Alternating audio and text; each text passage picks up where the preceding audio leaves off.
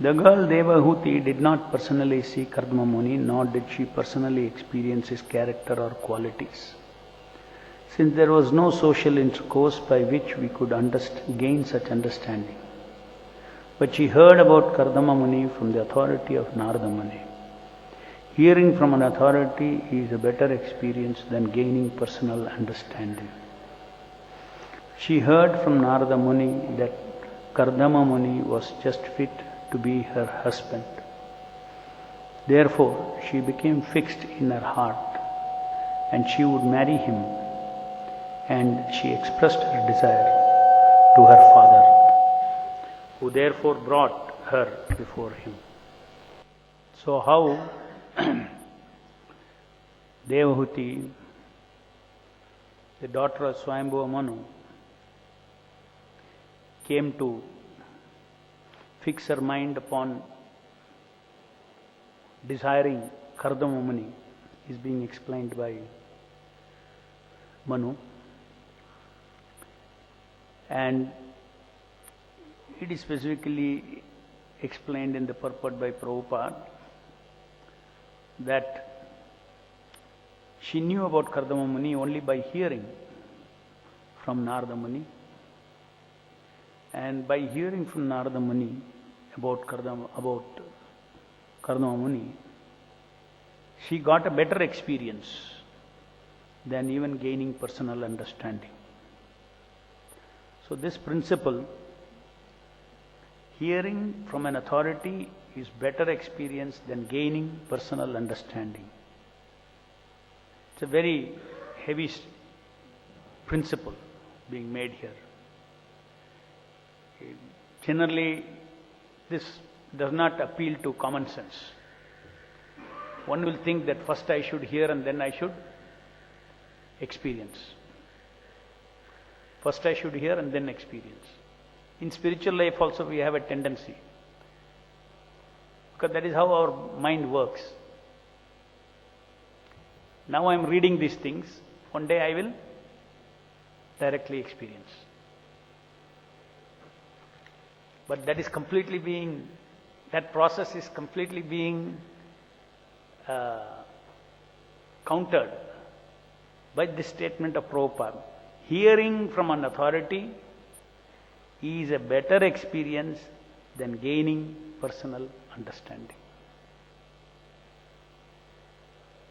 We have to believe it. It doesn't appeal to common sense. This relative, which is better? Just like which is better? Hearing about Krishna or seeing Krishna? According to this, if we hear from an authority about Krishna, that is better than seeing Krishna. Because if you happen to see Krishna, if you are not pure, then you will think, oh, maybe somebody from some drama party has come before me. Even if he is genuine Krishna.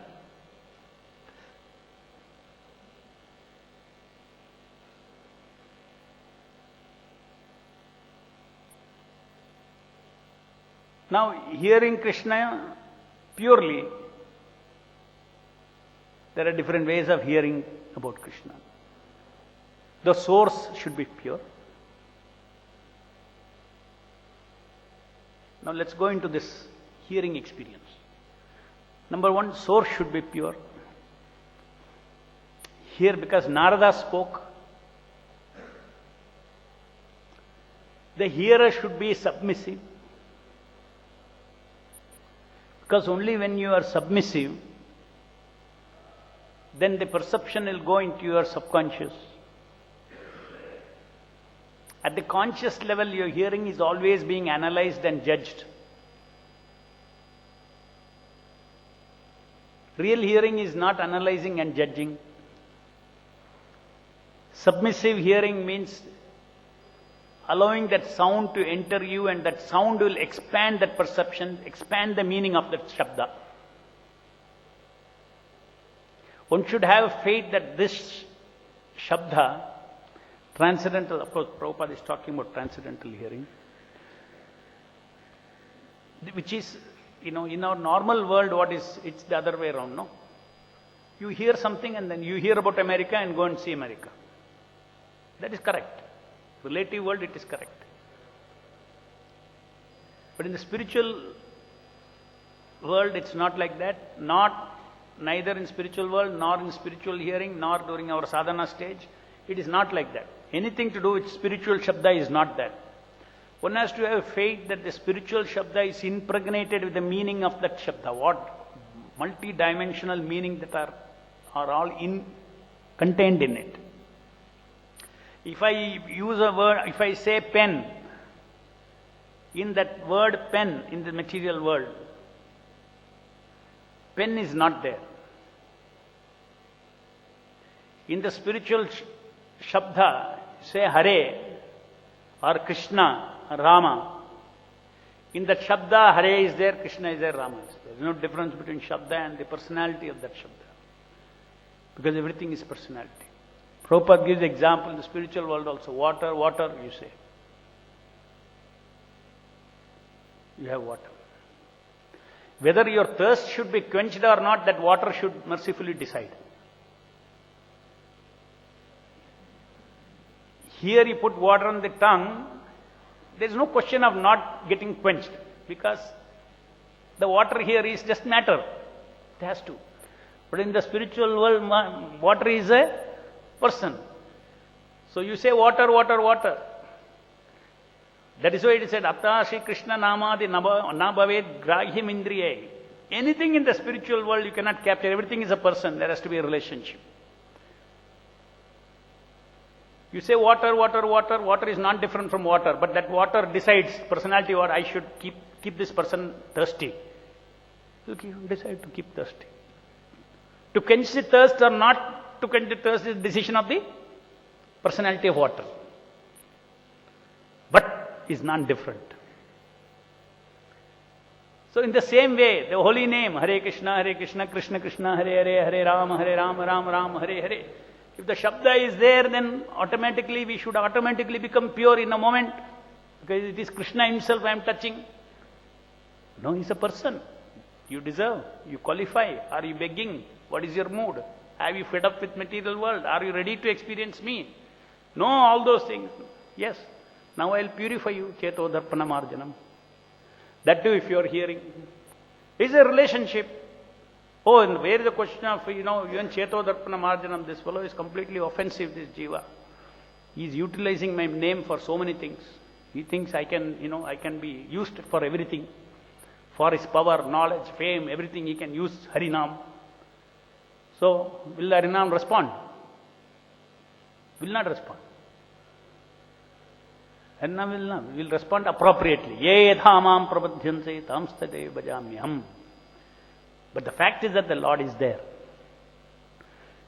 Nama incarnation is there.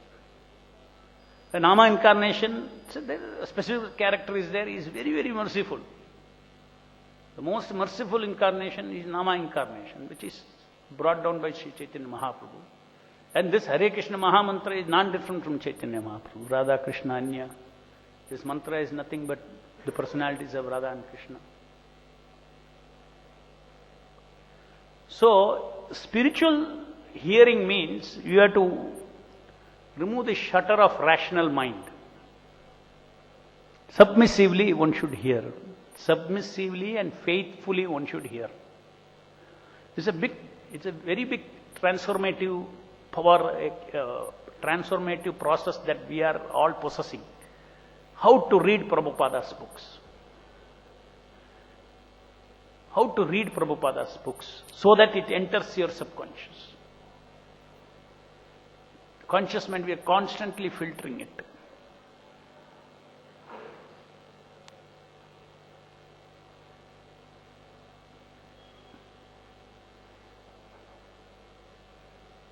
How does something go into the subconscious when you are very emotional, no? Isn't it? That is how people get trauma and all, isn't it? The situation is charged with emotions, your subconscious opens. That is how you say, by this experience I learned. It opens. Otherwise, a rational mind will not, your lesson will just remain there. And in few days it will go away. Whatever you learn with your rational mind, so much logic you will tell, and this is that, it will remain for 2-3 days and it will go away. Those things are not called realizations. Realization is when it goes into your subconscious. And there it brings about permanent change in your perception, permanent change in your attitude towards life.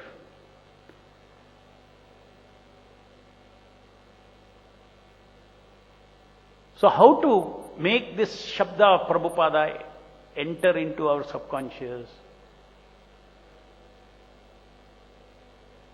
As I said, one of the things is to stop this, remove the shutter of rational filter that we have, where we analyze and judge everything. No doubt when you first came to Srila Prabhupada's books, you are trying to read everything, you want to understand, you are questioning how Krishna is God or this or that, everything. I mean, you are reading everything, how Krishna is God, why Krishna is God, all these things. Your rational mind. But actually the answer to your rational mind is not what made you devotee, by the way. Because how Krishna is God, why Krishna is God,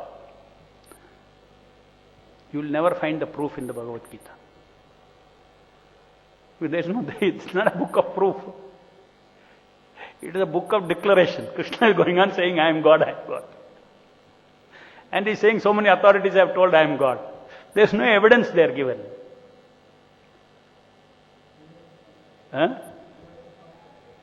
Universal form, yeah, you can say that, universal form. Universal form also, so many people can show also. I heard some magicians and now can show universal form. Logical, rational evidence. So you think, I rationally understood. No. By reading, by submissively, repeatedly hearing, Prabhupada's mercy, Krishna's mercy entered your heart, your subconscious. You got it? Yes. So much so that becomes an evidence for you. What is that? Krishna's own statement has become evidence. You don't ask any further questions. Yes? That's how it has become. Now when we read Bhagavad Gita, what is the evidence? You say, Krishna is saying is God. I am very happy. Ham sarvasya prabho mata sarvam pravartate. Krishna is saying. Krishna is saying. Sarva dharman parityaja mam ekam sharanam. Krishna is saying. Man mana bhava madbhakto madhya. This is all our evidence now. But when we are karmis, these don't become evidence. Anybody can declare he is God, no? You use your rational mind. You don't resolve it. But what made you devotee, what made every one of us devotees, is the power of the Shabda of Bhaktivedanta purport and the Krishna statement that entered our heart. It has got the potency to awaken our original faith. Faith is not created. To create a faith, now you need rationality.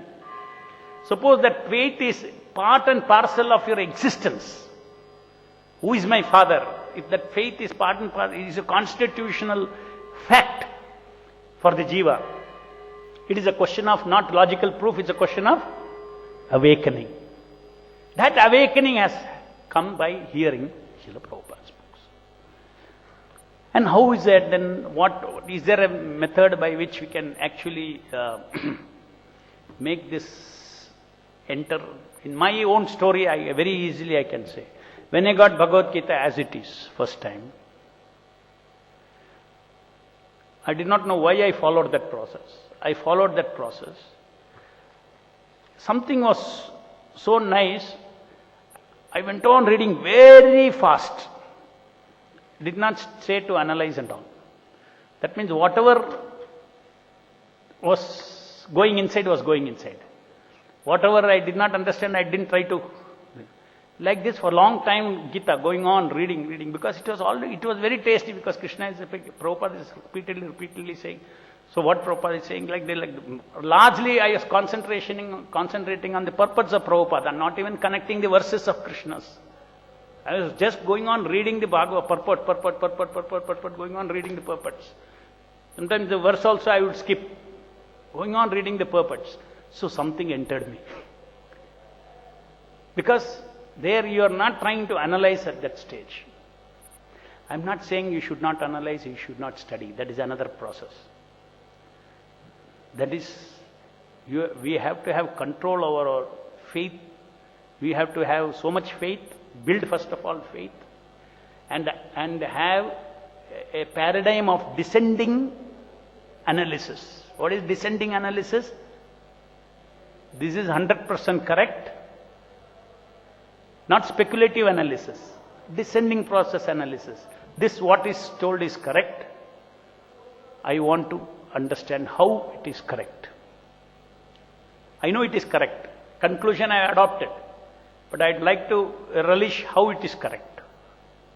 Additional bonus. It is correct. So that way, this is the way in which the Shastras are also studied with the rational mind, because it has got, everything has got rationality behind it. But rationality in the beginning does not make this enter your system. Faithful hearing is required. Submissive hearing is required. So if some transformation has to happen, this is submissive hearing. Sometimes you hear, you are very submissively sitting in the class, you hear something, it goes and penetrates your subconscious. Your paradigm shifts.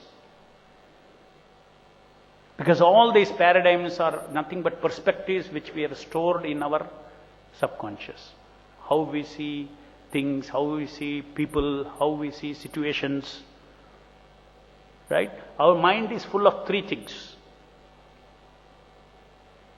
3 or 4 things you can say. If you take in mind, it contains, in that box, there are 4 things. Perception of things. Here you see a camera, you see a kartal, you see this thing. Things. Room, building. You have mapped those buildings into it. That is perception of things. Then there is perception of people. What do I think of this person, this person, this person, this person? Right? This person is a man, this person is a woman. You see. Or this person is nice person, this person is bad person, he is friend, he is enemy. So perception of people. Then there is perception of situation. Is it not? Continuously full of these things. Say today you are going out preaching. It's a preaching situation. It's a compound. You get at a glance. Just like I say guru issue. Moment I say guru issue, it is a situation. So many things you will derive out of it. What is guru issue? I tell you. What is this guru issue? If I ask you to come here, you will stand and you will describe what it is. Actually, you are describing what you have in your perception. Is it not? So perception of things, people, situation and actions. You also perceive actions. Sinful activity, not sinful activity. Is it not? Actions, good act, bad act, actions. Here there is a fight. There is a situation, and the situation there is an action of a fight. So there is an action. So object, people, situations and actions. O, P, S, A. Our head consists of only O, P, S, A. Now these perceptions are also pasted with feelings. Is it not? Take an object. I like this object, I don't like this object. The primary feeling that we all paste is preeti and apriti. Like, dislike. I like this camera, I don't like this camera. Or I like this camera, I don't like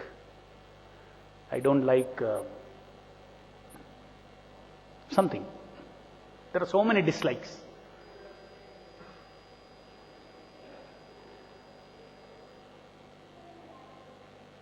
Objects, persons, again there you see, We paste. I like this person, I don't like this person.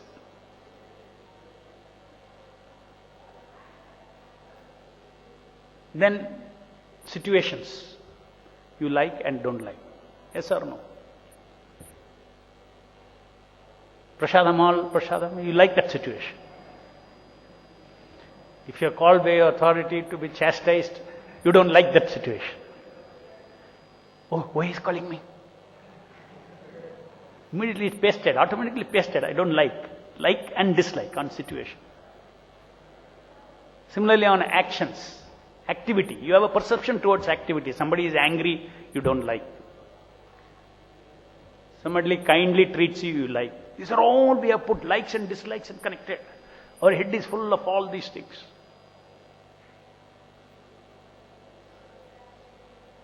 When our free will is connected, when we use our free will and put priti on something like, that is called ichcha.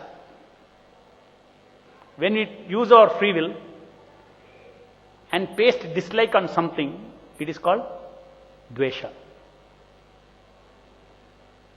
So Krishna says in the Bhagavad Gita, ichcha dvesha is a karana for our life. That means we have got OPSA.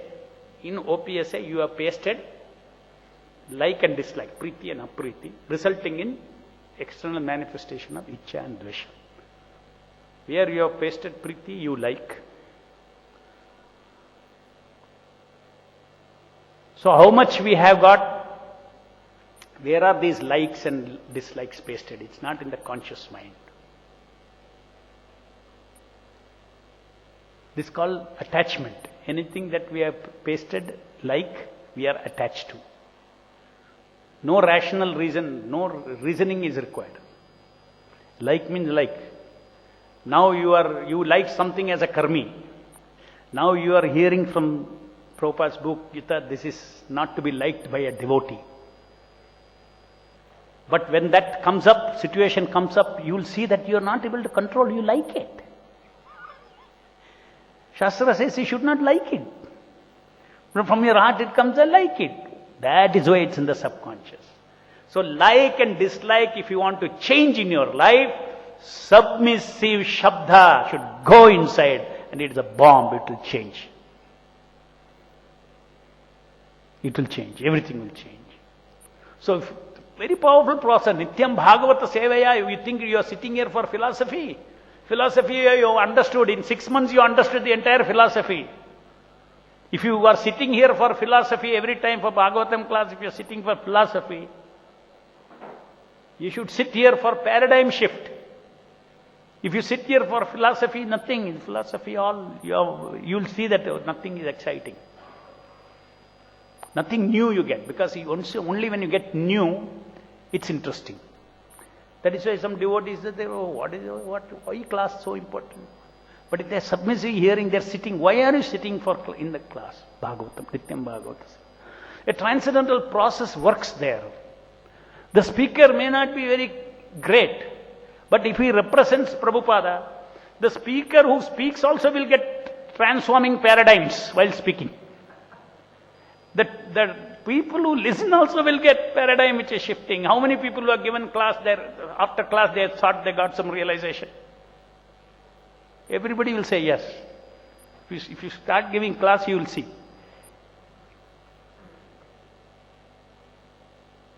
Because if you have to speak something, you have to open your shutters, you have to open.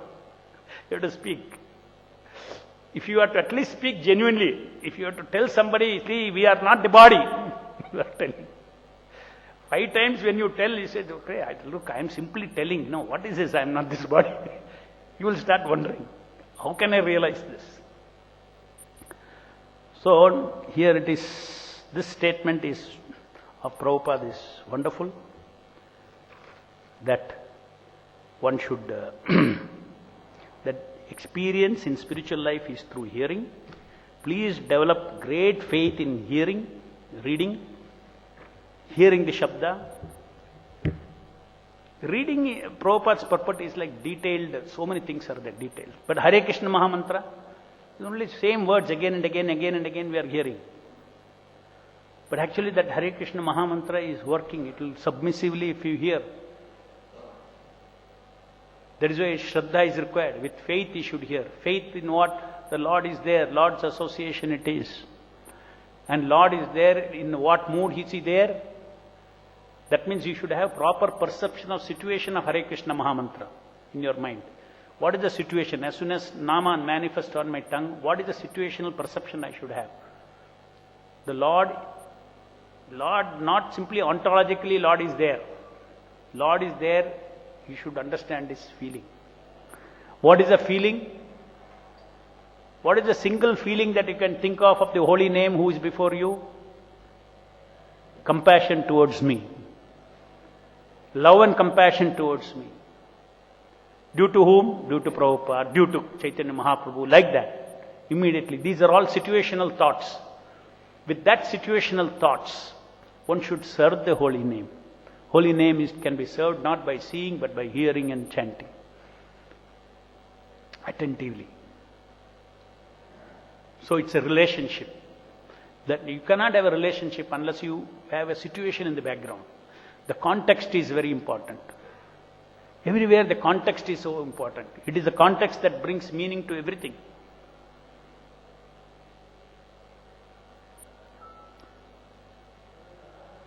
It is not simply perceiving something. For instance, I perceive this camera. This camera, okay, it's an object. But there are so many contexts to it. This belongs to the temple. It is been set up now for this class. So when I see this camera, I just don't see on camera. I just see it in a context. It is meant for recording classes. All these things. So context is extremely important. In fact, it's not the, let us go to the sense objects. Sense objects, we may see that sense objects are sense objects are the cause for all my disturbance of my senses. Yeah, it is a cause, only one of the causes. The circumstances, the context in which you see the sense object is what causes real agitation to the senses, not the sense object. Sense object is only a trigger, and there are certain circumstances, context in your mind. That is why it is said, that is why the Shastra says. Shastra says about the context. The context of do not sit alone with one's mothers and sister. What is it? It is a context, no? Contexts are powerful. Contexts are more powerful than the actual sense objects. Remember this. So context, managing context is, you can managing the sense object you cannot manage. You have to manage the context. And where is the context? In the head. The context is in the head. You have to have purified context, pure contexts.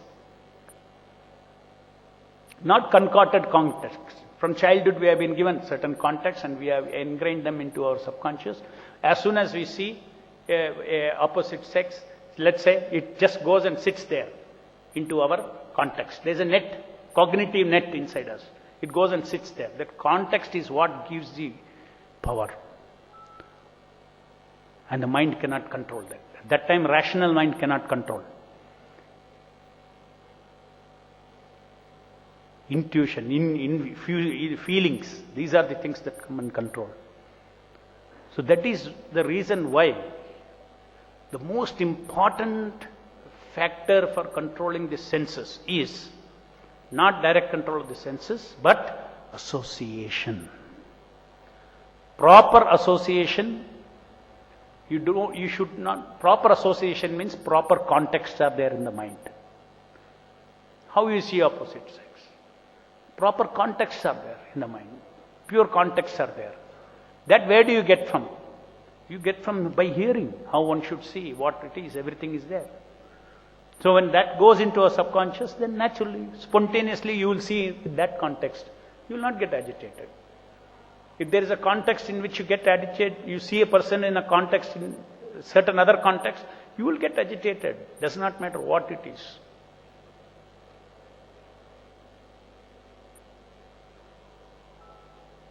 So should not think that sense object is the cause for all this agitation. Sense object is a trigger. The same sense object can trigger a good concept also. Just like the Shastra says, one should see every other woman as a mother. Now it is a context. If you build that context, you will have no problem at all. Same sense object, no problem at all. So is the problem sense object or context? Context, understand this. And usually what we do, tendency to think is, it is a sense object. And then you fear sense object. The more you fear sense object, the more it will obsess you. More you fear sense object, more it will obsess you. You should fear the context in your mind. You should think of pure, that this, in the mind is also outside, you know. Just like the sense object is outside, next the context is also where? It's not, is in you or what? No, it's a filter in the mind. So you fear the sense object, but you don't fear your context. Doesn't help. Whereas you don't fear the sense object, you have the right context. You don't have to fear anything outside. Why do you have to fear anything? Because everything is matter. But if you don't do that, if you don't get, that is why it is said to clear that sama, dhammas, tapa. These are all, the principles by which these contexts are set inside, under the guidance of the transcendental words of Bhaktivedanta Prabhupada, spiritual master. Any questions?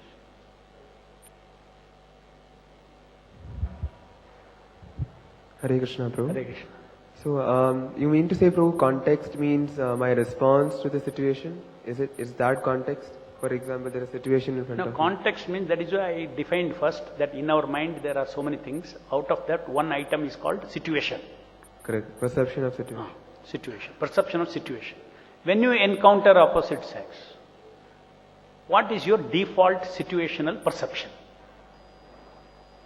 According to that, responses will come. Responses are not the fundamental things. Behind the responses is a context. You have to grip the context. So context comes by submissively hearing. Pardon? Context changes by changes. submissively. Yes. Today, so many contexts about this world, how you see the world situation, how you see karmis, everything. What is everything? It's all what? Paradigm shift context. Paradigm shifts of situations. The way the karmis see the world, you don't see anymore. Because you are seeing the situation differently, they are seeing the situation differently. How did that happen? Because the Shabda went inside. So basically context is in subconscious mind. Is that No. It is Subconscious holds the context, Baba. okay. Context is a cognitive network with emotions. Connections, various things, elements are there. It's like a compound. It's not one item. Take this microphone, or let us say, hydrogen plus oxygen is equal to water, right? Water has neither the properties of hydrogen or oxygen. Both are gases, no? The compound as having another property. Is it not? So that is why that situation, entire situational perception creates where the sense object go and fall in that situation. Context in another way you can say, a crown is a context. A diamond set in that crown. Does it look different? It looks different, no? It is it's in a crown. It's decorating the crown. You take a diamond, put somewhere else context. The diamond is same, but it look different. Perception is different. So in the same way, a sense object you take and put in different context. The different contextual networks are there in our system. That is why it's a very complicated thing. You cannot rationally go and pick it up and put it there.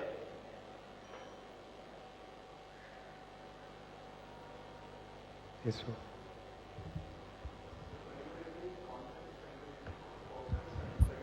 Object also. Yeah. No, sense object is always fitting on the So primary is context. context we should take care by submissive hearing, while secondarily No, taking care if you of have the sense right, object if also. you have right context, then automatically the right relationship with that sense object will come. Where is the fear?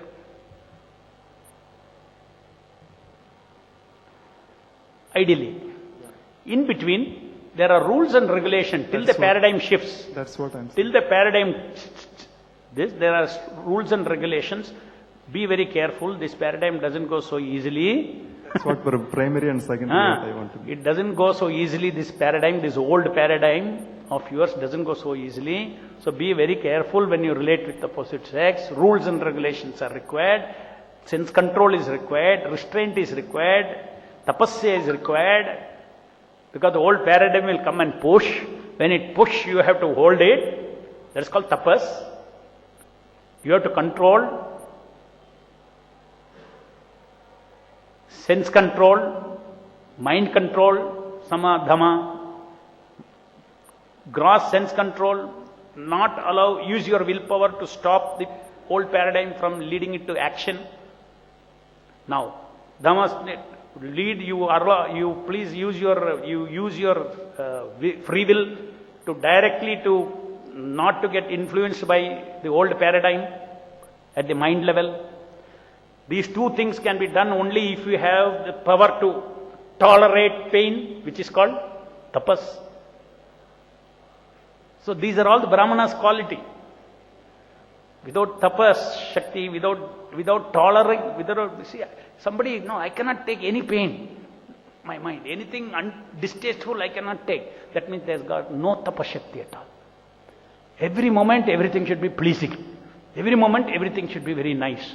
Because I have come to spiritual life. It's ananda everywhere. Susukam kartam.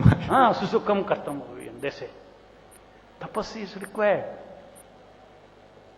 This is the principle of success in spiritual life. To put preeti, to paste preeti on tapas. It is your free will. Not dvesha on tapas. You should put ichcha on tapas. I want to take this austerity. This will make me progress. Adding to the purport which you explained, that Devahuti heard from Narada Muni more than personally experiencing. Yeah. The same thing Prabhupada also mentioned. When Krishna was there, so many people saw him.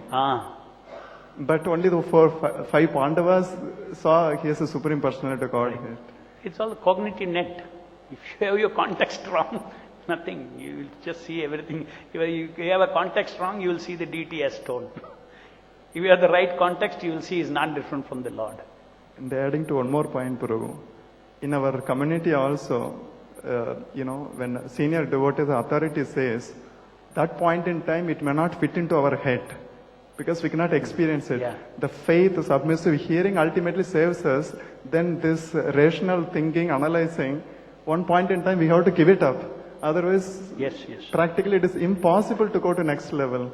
Another danger in this is abuse of this hearing processes, or which creates danger is, suppose you are friendly with somebody in the ashram. Moment you are friendly, what happens? Your rational shutters are lifted. Judgment and all is lifted. You associate. They come and put a kida inside you, it goes inside your subconscious. Should be very careful whom you are associating. Don't underestimate the process of it. No, I am very rational. I am very rational and all. Rational, you may analyze the logical relationship, but the emotion is unfiltered entering you. After the person says something bad about another person, another devotee, you hear. Logically you have understood what this fellow told is a bluff. Behind the back he talked. But factually speaking, your emotion somewhere it has conquered you. It has put a bug in you about that person. You should be, biggest use of Jiva's free will is in choosing association. Choosing association of one person according to context. Different situation. Not that you have to shun everybody's association. But the person starts gossiping, you should run away. I have not come here for gossip. I have my own problems. We all have our own problems or not? Or no problems?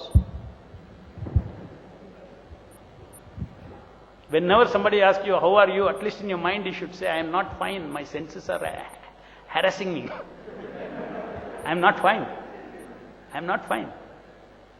We all have our own problems till we die. Why you should take others' problems? जय ग्रंथराज श्रीमद् भागवतम की जय, जगत गुरु श्रील प्रभुपाद की जय.